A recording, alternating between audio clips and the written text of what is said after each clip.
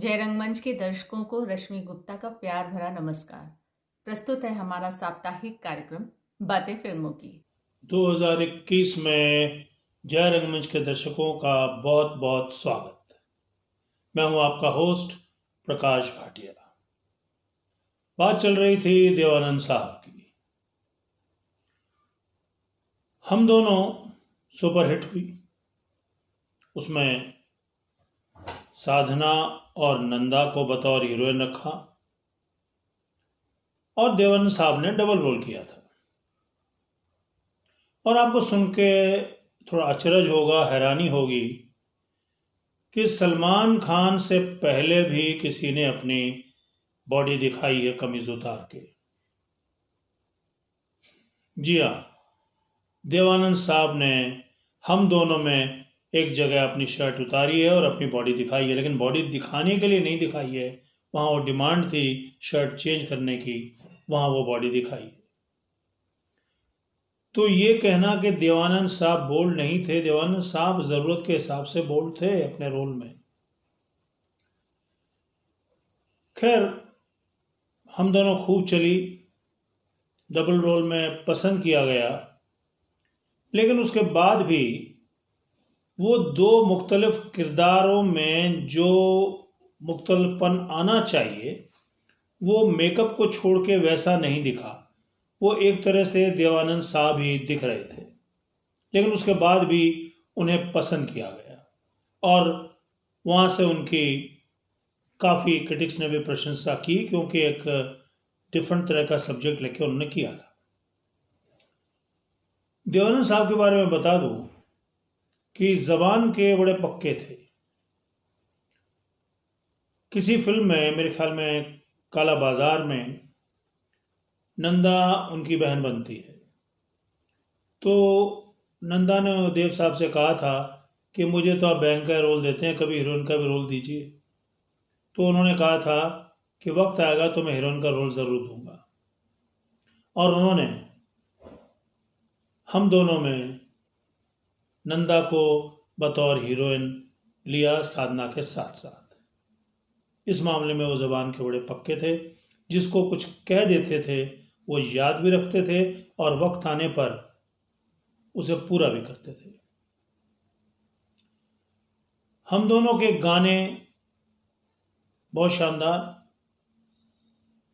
एक नए music director Jaydev, जो कि एस.डी. बर्मन के असिस्टेंट थे, उन्होंने उसमें संगीत दिया था, लेकिन दुर्भाग्यवश वो आगे क्यों नहीं चल सके ये नहीं समझ आया।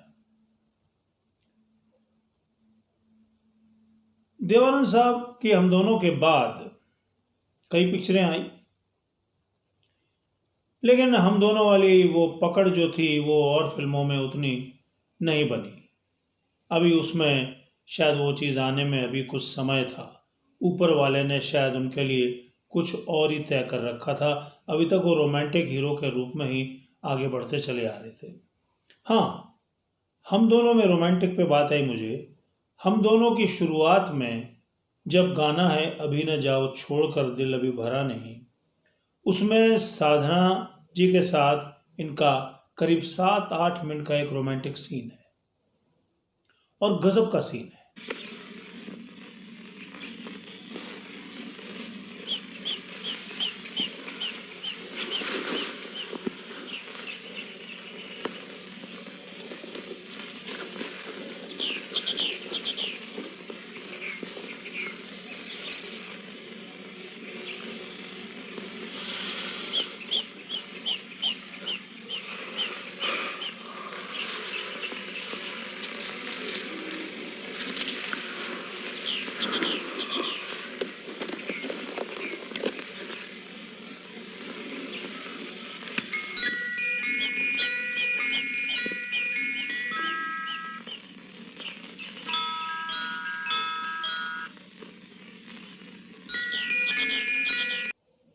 साइलेंट एक एस्थेटिकली ब्यूटीफुल रोमांटिक सीन है जो देखने योग्य है।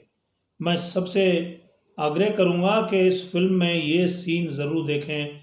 ऐसा रोमांटिक सीन ना कभी बना है ना कभी बनेगा। इसके बारे में करण जौहर और ऋषि कपूर, स्वर्गवासी श्री ऋषि कपूर साहब कहते हैं कि इस तरह के सीन आजकल कोई बनाने की हिम्मत ही नहीं करता, ना किसी से होते हैं। और उन दोनों का अभिनय उसमें देखिए, क्योंकि इसमें कोई दो राय नहीं है कि देवानंद साहब रोमांस के किंग थे, कोई उनका सानी नहीं, ना राज कपूर साहब, ना दिलीप साहब और ना ही राजेश खन्ना साहब, कोई भी नहीं। तो चलता रहा। और सबसे बड़ी हैरानी की बात यह है कि हीरो को कभी आपने पिटते हुए देखा? हीरो अगर पिटे तो लोगों को मजा खत्म हो जाता है, यार क्या हीरो है, ये तो पिट जाता है हर एक से, उसके प्रति संवेदना, सहानुभूति सब खत्म हो जाती है। लेकिन हमारे देव साहब एक इकलौते हीरो थे जो पिटते थे और बुरी तरह पिटते थे, लेकिन अपनी अदाओं से जब वो पिट के भीड़ के बीच में से, ग्रुप में से उठते थे, यहाँ हल्का सा खून निकल रहा, यहाँ एक कट है, और उस अदा से जो उठते थे उस पे जो लोग खुश हो जाते थे, प्रसन्न हो जाते थे, और ऐसी सहानुभूति उसके प्रति होती थी कि लाजवाब। ऐसी चीज मैंने अपने जिंदगी में जितनी भी फिल्में देखी होंगी, अनगिनत फिल्में देखी हैं, ये कमाल की चीज मैंने किसी हीरो में नहीं देखी। अपनी अदाओं पे, अपने फेस के कैसा खेलना है, देव साहब के अलावा और कोई नहीं जानता। और कमाल का अपने फेस को फोकस में कैसे रखना है। और सबसे बड़ी बात, रोमांस। उनकी हीरोइन नंदा हो या विजंतीमाला, हेमा मालिनी हो या टीना मुनीम या जीनत अमान, जिसके साथ भी रोमांस किया, ऑडियंस में बैठी लड़कियां यही समझती थी कि वो मेरे साथ रोमांस कर रहा है, चाहे वो हकीकत नहीं होती थी, एक फिल्मी रोमांस था, लेकिन अपने आप को पर्दे पे एक रोमांटिक रूप में कैसे पेश करना है वो देव साहब जानते थे। और अपने फेस को फोकस में रखना भी जानते थे। काफ़ी नामी एडिटर शेखर गुप्ता जी के एक लेख में मैं पढ़ रहा था, उन्होंने उसमें लिखा है कि मैं एक उनका वीडियो इंटरव्यू ले रहा था बॉम्बे के एक होटल में, खुले में। तो मैं उनके बाएं बैठा था, वो दाएं बैठे थे। अभी मैंने शुरू ही किया, मुझे बाजू से पकड़ के मुझे इधर बिठा दिया और खुद इधर हो गए। कहते मैं थोड़ी देर को सोचता रहा कि ऐसा क्यों किया इन्होंने, इधर बैठ के भी मैं क्वेश्चन पूछ लूँ या इधर ही पूछ लूँ, क्या फ़र्क है। कहता नहीं, देव साहब ही थे। इधर सूरज की सीधी किरणें आ रही थी और वो पूरी वो लाइट लेते हुए उन्होंने इंटरव्यू दिया। वो जानते थे कि मेरा चेहरा ही सब कुछ है और मेरे चेहरे के कारण ये इंटरव्यू हो रहा है। तो ऐसे थे देव साहब।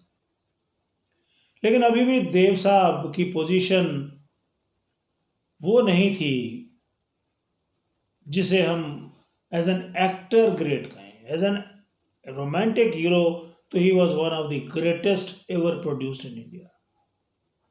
और इतना हैंडसम, जिसके लिए दिलीप साहब ने कहा है कि ऐसा हैंडसम चेहरा हिंदी स्क्रीन पे ना कभी आया है ना कभी आएगा। दिलीप साहब के बहुत अच्छे दोस्त थे। दिलीप साहब के साथ एक फिल्म इंसानियत में रोल भी किया था, लेकिन उसके बाद उन्होंने कसम खाई कि मैं कभी भी मल्टी स्टार फिल्मों में रोल नहीं करूंगा, क्योंकि वो अपनी पहचान बनाए रखना चाहते थे और कंपैरिजन में नहीं आना चाहते थे कि कौन बेहतर नहीं। फिर भी अपने झंडे को आगे लेते चले। सब कुछ होने के बाद भी अभी कुछ बाकी था, और वो बाकी क्या था वो अगले हफ्ते देवानंद साहब के आखिरी एपिसोड में। तब तक के लिए धन्यवाद, नमस्कार। So that was today's episode, and I hope you like this episode. If you like this, so please like and comment in a comment box. And if you still not subscribe our channel, please subscribe it. Thank you.